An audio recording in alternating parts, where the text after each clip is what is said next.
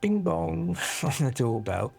Who's that? And I looked, and there was a police. You see a policeman's hat and a guy standing at the door. I thought, what's going on?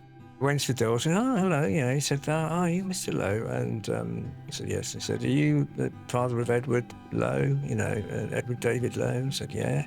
He said, yeah, currently travelling in Australia. And I said, yeah.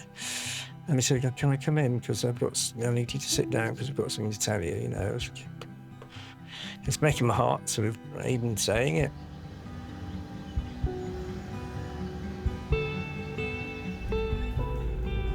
Talking about it when you know it's going to make you sad, that's tough, isn't it?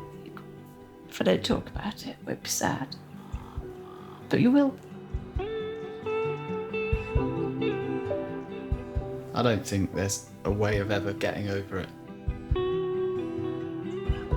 On the 7th of August 2020, I lost my best friend Ed in an accident whilst he was travelling in Australia. And it was a complete shock. I didn't have any experience of grief to this level. Found it really hard to know what to do and to talk about it. So I just put all the emotions I had into the music I was writing instead. And here we are a few years later. I've teamed up with some other young creatives, each with their own experience of loss. And we're going on a little road trip of our own.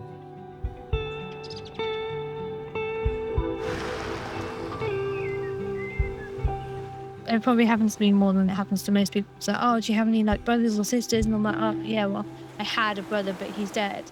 He drowned. And they're like, oh my God, I'm so sorry. Why didn't you come up for air? Why didn't you come up for air?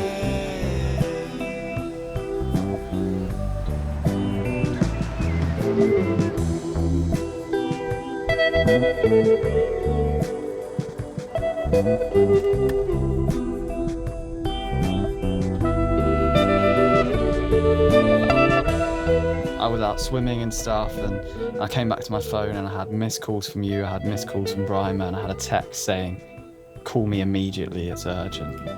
He picked up the phone, he sounded really funny. And I was like, oh, what's up? And he was like, oh, nothing, I'll see you when you get here. And then, Do you want to tell you in person? Yeah, and then I was like, oh, I could tell that something was up. You think there's something awful, but you're still clutching on to this kind of, oh shit, maybe it's okay. When he told me, he just said it. I was just like, what? What do you mean? He's passed away. What do you mean?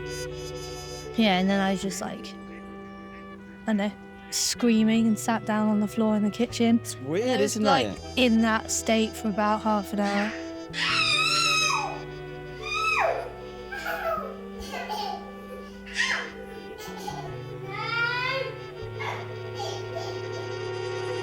Why didn't you come up for air? Why didn't you come up for air? Why didn't you come up for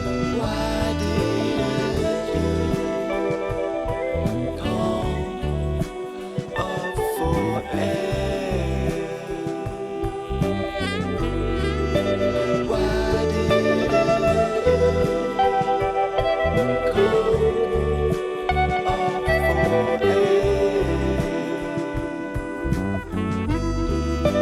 Why didn't you come up for air?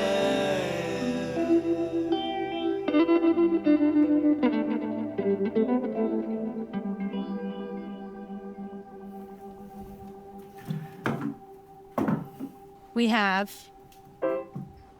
4 pianos and keyboards that Edward had or played.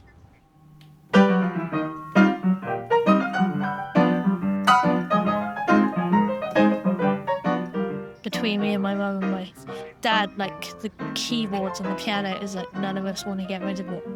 Just the idea of that you're getting rid of something that like was so integral to like how we knew him, because like when we were at home, like the piano was never not being played. He wanted to do boogie woogie jazz piano and taught himself all that.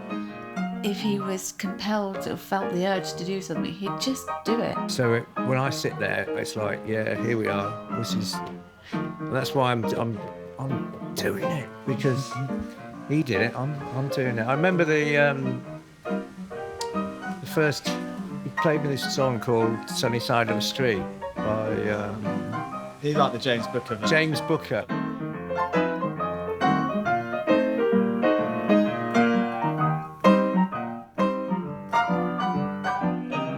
That was his sig tune, wasn't it? Yeah. It really was. That's what we played Dave down the aisle to last time I saw him.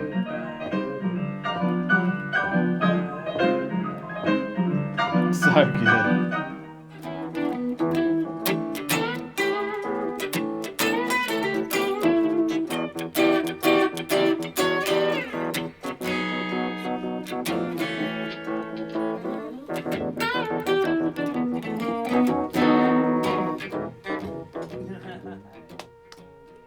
Ed can he can be very well spoken, but he could also be a bit of a mumbler, and he just came out with this funny and eloquent and perfectly sculpted speech that really showed that how much he'd been working on it, and himself as a person. You know, he went away with a few demons, and he was really coming back on track. So that speech kind of highlighted how much he'd grown, how much he'd really sorted himself out, coming back to really get on and be productive, and I just always remember being oh yeah, so proud of you in that moment. Yeah. Genuinely though, I can't thank you enough for supporting me always and showing me what you can achieve through dedication and hard work. I couldn't be happier that I get to be here on such a joyous day for you, and I plan to spend many more happy times with you both. Anyway, before Dad becomes an emotional wreck. That one's hard. But he's just not going to be around for big things. You'd definitely be my best man, and that's a hard one to take. Yeah, but maybe there's something way of still making him your best man. I don't know. There might be. I'm driving on.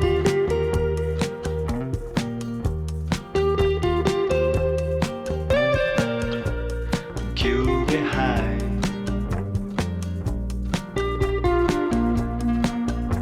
The radio crackles. The sun does shine.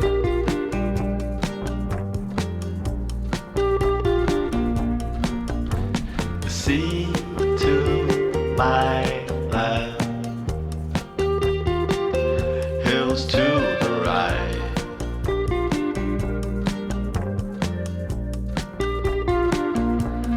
Damn, I feel so much better to take a trip outside.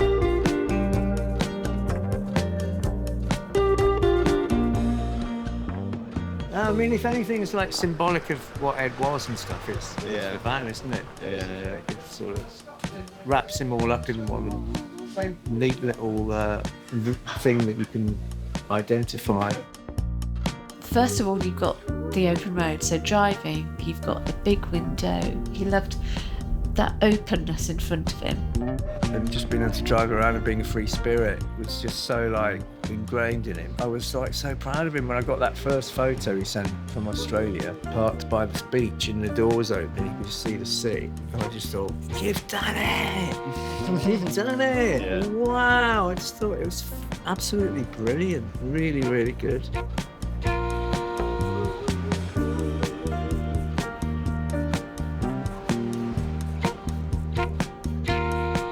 So he died in August. You came to me with the idea of shipping the van back in like October. Mm. And I think I started the process in like January. When the van came back, and it was exciting. Lily was tracking it through the Suez Canal and everything. Spoke to Lily, and then she just kind of took it all on herself. She did everything really, from shipping it back, sorting it out in the UK. So, and then she just gave it to me, which has just been so amazing. So, yeah, she put so much work in on that. Your wedding sister is absolutely brilliant. It just allowed that kind of celebration of actively remembering someone. Yeah. Rather than just thinking about it, that can get you down. It's almost like his gift to you, isn't it? Like, here you go. Yeah. Carry on. You take on the baton and keep going. Yeah. You know, it's like he's left it for us to keep it happening. You know, and keep that whole spirit going. I get mugged. Do you get mugged? Like, just by a piece of music. Yeah, music does it for me as well. There's certain songs that like take you back to a time, and then you're like, oh, I'm not gonna have that again.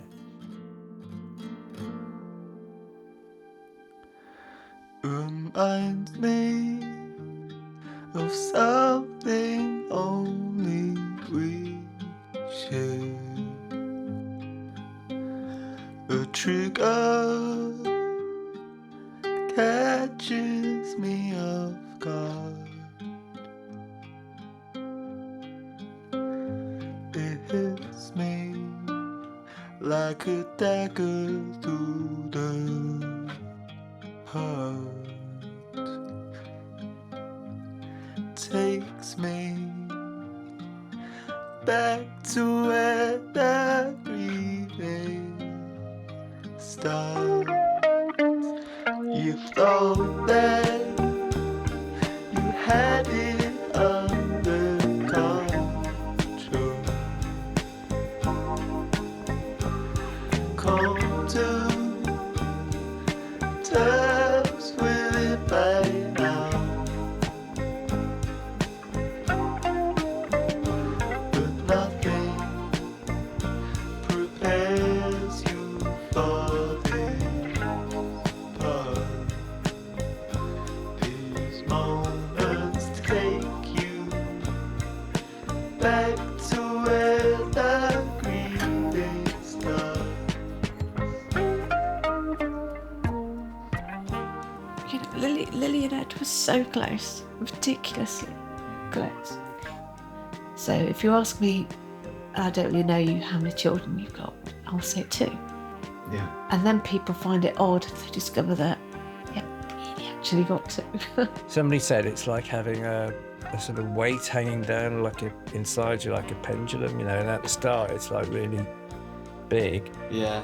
and then you just want slight judder and it hits the side, it's like, Yeah, I like that actually. you know, but as time goes by it sort of basically settles into a position and gets a bit smaller, so, Yeah. and it's always there, but it's just not, you know, affecting you, but sometimes things just hit you with a wallop. It's a mess that you're trying to smooth. You're just trying to take the jagged bits away, aren't you? You're trying, and you have to try and look at on the bright side. You have to try and go forward, don't you? I have perspectives on the world and priorities now, and friendships and relationships that are so different to how they would have been before. I like the things that I value and the people that I care about, and the people who are close to me are so different. You feel all right one day and you think, I feel okay, is that all right to feel all right? Yeah. And then Got to let are people yourself gonna, I just laughed, are people gonna think I'm a bit weird for laughing when I lost my son, you know? Lily gave my friend some advice. She'd come over from Germany and she said, well, how do I talk to your mum? And she said, you talk about Ed and you don't ask how she is. It's nice when people still talk about that person, Yeah. because sometimes like people won't bring them up in a situation when they normally would do, just because they're worried about upsetting you. But actually that's quite nice, isn't it? If there's, you know, a funny memory or whatever. Yeah. Yeah, there are always memories. 'Cause we're all just on